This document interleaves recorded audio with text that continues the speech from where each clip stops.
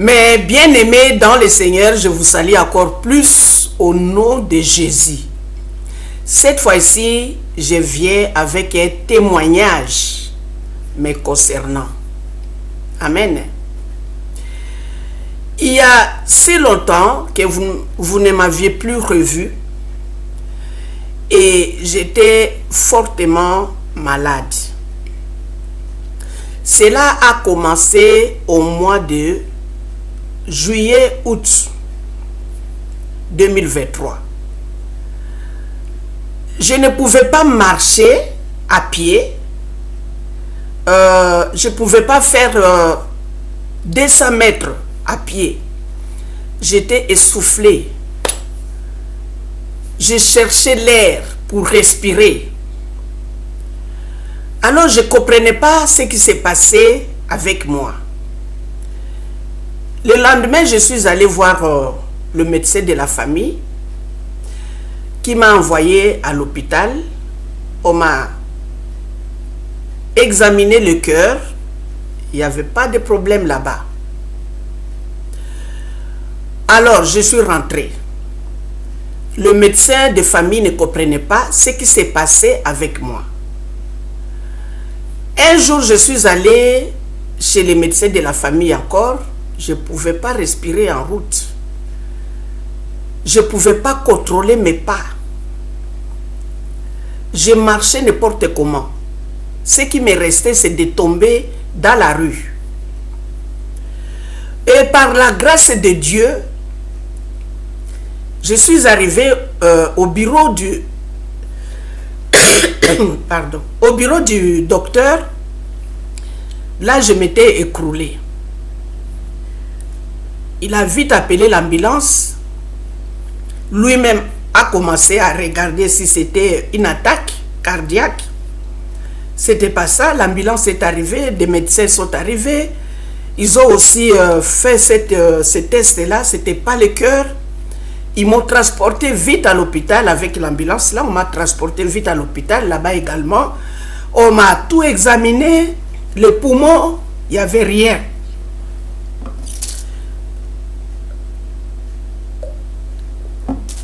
Alors, les médecins ne savaient pas ce qui s'est passé. Mais je me sentais très mal. Mon thorax, il y avait que des douleurs dans mon thorax. Le médecin a dit peut-être ça doit être peut-être l'estomac. Il y a peut-être l'ulcère dans mon estomac. Le médecin m'a envoyé encore dans un grand hôpital. Ils m'ont examiné de nouveau. Ils m'ont fait l'endoscopie. Ils ont trouvé que pas dans mon estomac, mais avant l'estomac, il y a une masse énorme qui s'est attachée là. Comme les médecins là ne comprenaient pas quelle est cette masse-là, le médecin là m'a envoyé dans un autre hôpital d'aller voir les spécialistes.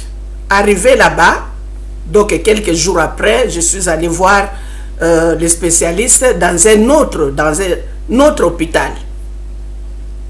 Les spécialistes m'ont fait de nouveau l'endoscopie. Lui, il a trouvé que j'ai un kyste, un gros kyste qui a pris tout l'espace là. Vous savez, le thorax ici, il y a le cœur, il y a les poumons, il y a les moteurs du corps. Les moteurs du corps se trouvent là-bas. Quand là-bas ne marche pas, le corps entier est malade. Alors, le médecin là, le spécialiste a trouvé qu'il y a un kyste, un gros kyste qui était là, qui bloquait tout. Ce kyste-là faisait de l'espace. Il voulait avoir beaucoup d'espace. C'est pourquoi je ne pouvais pas bien respirer. Je ne pouvais même pas marcher. J'avais beaucoup besoin d'air. Je ne pouvais pas respirer normalement. Alors j'ai posé la question au médecin. il m'a expliqué que je suis né avec ces kystes et que maintenant le kyste a grandi énormément. Le kyste a pris même la moitié du cœur. Alors, qu'est-ce qu'il faut faire? Ce médecin-là a dit, lui n'est pas spécialiste pour enlever ces kystes-là ou pour faire l'opération. On m'a envoyé encore dans un autre hôpital. Et c'était où? À Gand. Et là-bas, le médecin a dit, on doit vite opérer parce que le kyste-là s'est agrandi. Je suis né avec cette malformation. Mais bien aimé dans le Seigneur, j'ai quel âge? J'ai plus de 60 ans. Je nage dans les 68. Alors, ce kyste-là, depuis ma naissance, le médecin dit que quand j'étais encore fœtus, le kyste aussi était là. Donc, je suis né avec. Mais bien aimé dans le Seigneur. Le médecin, ma fille a posé la question au médecin. Est-ce que vous avez déjà rencontré ces cas? Ils ont répondu non. On n'a jamais vu ces cas. C'est la première fois. Alors, qu'est-ce que vous allez faire? Au lieu d'opérer, d'ouvrir tout le ventre, ils ont des technologies modernes pour cette opération. Mais bien aimé dans le Seigneur, je viens ici remercier mon Dieu qui m'a encore délivré des mains de ces kystes. Ces kystes qui voulaient réellement m'enterrer. Là-bas à Gand, il y a eu 3 ou 4 ou 6 médecins, parce qu'ils étaient venus au nombre de 6, qui s'étaient réunis, étudier ces cas, comment opérer.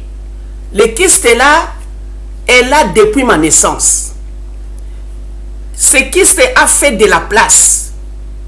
Donc il est partout dans mon corps. Qu'est-ce qu'il faut faire? Comment l'opérer? Comment me sauver? Le médecin disait donc ça c'était au mois de...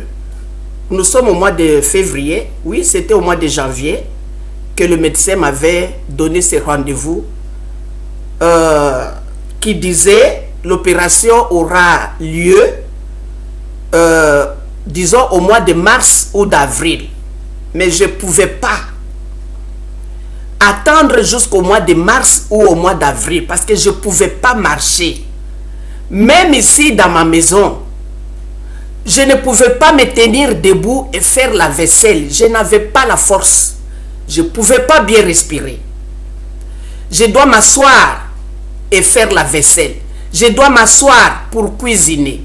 Ce n'était pas facile. Quand je m'endors, difficile pour me lever le matin, c'était tout un problème. Je ne pouvais pas. Je ne sais pas comment exactement vous expliquer, mais je vous dis que j'avais vraiment besoin de respirer. Et la respiration était devenue difficile. Or, ce kyste-là me bloquait à l'intérieur. Le kyste avait pris la moitié du cœur. Donc, le cœur ne pouvait pas fonctionner normalement comme il fallait. Dieu m'a fait grâce encore. Au mois de février, au lieu d'attendre jusqu'au mois d'avril, on m'appelle au début du mois de février pour me dire que le 8 février, il faut vite venir à l'hôpital. Le 7 février, j'étais admise à l'hôpital. Le 8, on m'a fait cette opération. Et quand je suis sortie de la salle d'opération, j'avais tellement mal à l'intérieur de moi. Je ne pouvais pas manger ni boire. Je suis restée pendant 3 jours. Le médecin m'a interdit de ne pas manger, de ne pas boire pendant 3 jours. Le 4e jour, on m'a donné un peu de l'eau. J'ai commencé à boire un peu d'eau. Mais l'eau ne pouvait pas descendre jusqu'à l'estomac. J'avais trop mal que je ne pouvais pas expliquer. C'est comme si on m'avait piqué un morceau de bois pointu à l'intérieur. Alors je ne pouvais pas faire entrer ma main là-bas pour enlever ces morceaux de bois qu'on m'a piqué à l'intérieur. J'avais trop mal. Par la grâce de Dieu, ils m'ont soigné et le 5e jour, j'ai commencé à boire normalement de l'eau. Et j'ai commencé à prendre des yogourts. Petit à petit, j'ai commencé maintenant à prendre la bouillie. Et les médecins m'ont dit, ok, pour le moment, vous pouvez rentrer à la maison. Mais bien aimé, dans le Seigneur, quand je suis rentré à la maison, je ne pouvais pas non plus manger. Quand j'ai essayé de manger, c'est comme si je suis en train de me couper une partie de mon corps là à l'intérieur. J'avais beaucoup mal. Je ne pouvais pas. Donc j'ai pris la décision de ne pas manger. Je prenais que de l'eau. Je faisais un peu la bouillie. Même ces bouillies-là, je devrais prendre une petite cuillerée et puis ajouter un peu de l'eau dans ma bouche pour que j'avale ça normalement. Et aujourd'hui, Dieu m'a fait grâce. Je peux manger, je peux boire, je n'ai plus la douleur que j'avais. Et je viens remercier l'Éternel des armées, mes bien-aimés dans le Seigneur.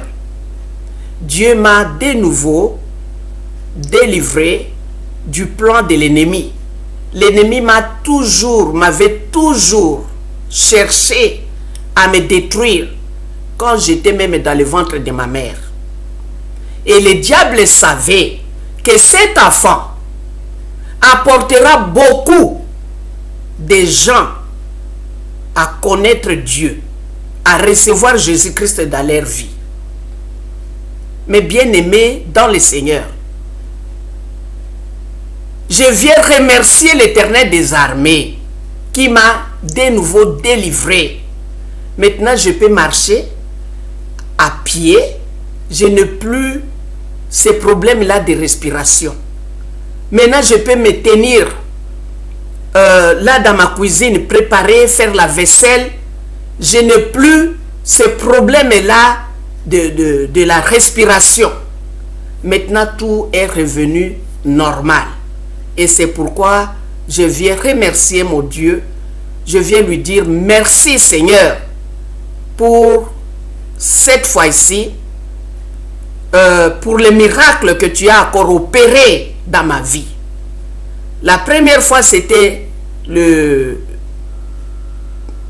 virus qui était là, comment on appelle ça encore,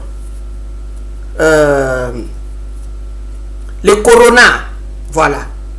Le corona voulait aussi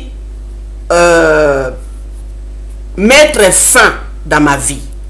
Mais Dieu m'a secouru. Tout le monde s'étonnait parce que j'étais fortement atteinte par le corona. Les gens qui étaient moins atteints par le corona, ils sont morts. Mais moi, l'Éternel a fait des miracles. J'étais sorti de ce corona-là. Et pour la deuxième fois, c'était le virus, le kyste. Le kyste qui était là avec moi depuis ma naissance. Vous vous rendez compte? Je faisais des radios, des scanners. J'ai fait beaucoup de scanners. On ne voyait pas ces kystes-là.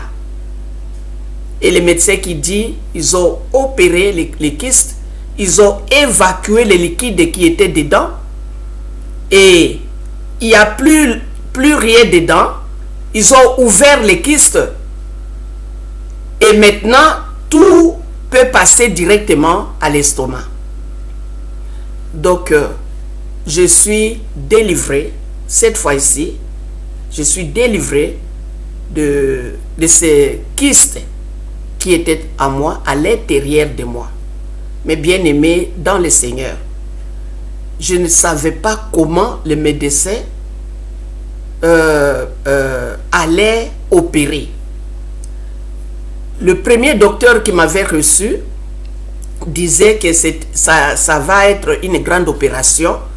Peut-être on va ouvrir mon ventre pour y arriver, pour voir ce kystes-là.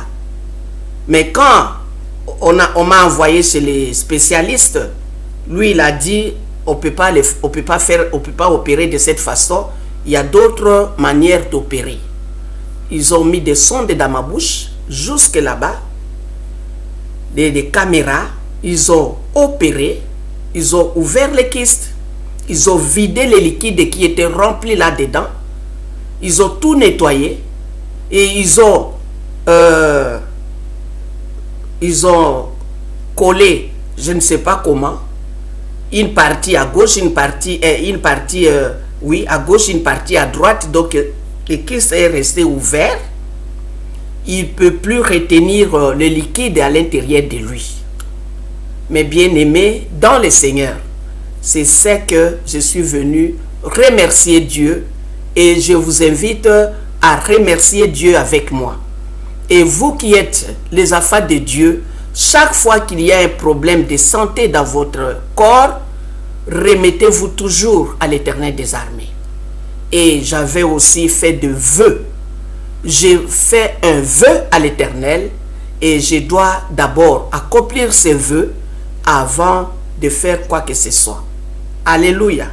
Que réellement l'Éternel des armées visite ceux qui sont malades, qu'on ne trouve pas de quoi ils souffrent. Que l'Éternel des armées ouvre les yeux des médecins. Car les médecins sont des pasteurs charnels, sont des pasteurs pour nos corps physiques. Et il y a des pasteurs spirituels. Ça, c'est nous. Nous sommes des pasteurs, des serviteurs et des servantes de Dieu spirituellement. Nous, nous guérissons spirituellement. Mais eux, ils guérissent physiquement. Dieu leur a permis aussi, leur a donné la sagesse d'étudier les parties de nos corps. Ceux qui refusent d'aller voir les médecins, ils font une grosse bêtise.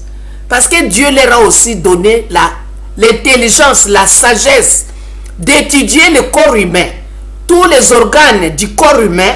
Et quand un organe est malade, ces gens-là, les docteurs, sont capables de guérir, de vous sauver, de vous traiter. Mais bien aimés dans le Seigneur, prions chaque fois aussi pour les docteurs là, pour les médecins qui nous soignent. Prions pour eux, que Dieu puisse remplir ces médecins-là par l'amour envers les patients qui sont devant eux. Que réellement l'Éternel des armées vous bénisse énormément. N'hésitez pas quand vous êtes malade et allez voir les docteurs, allez voir les médecins et suivez les instructions du médecin. Vous serez guéri physiquement. Au nom de Jésus.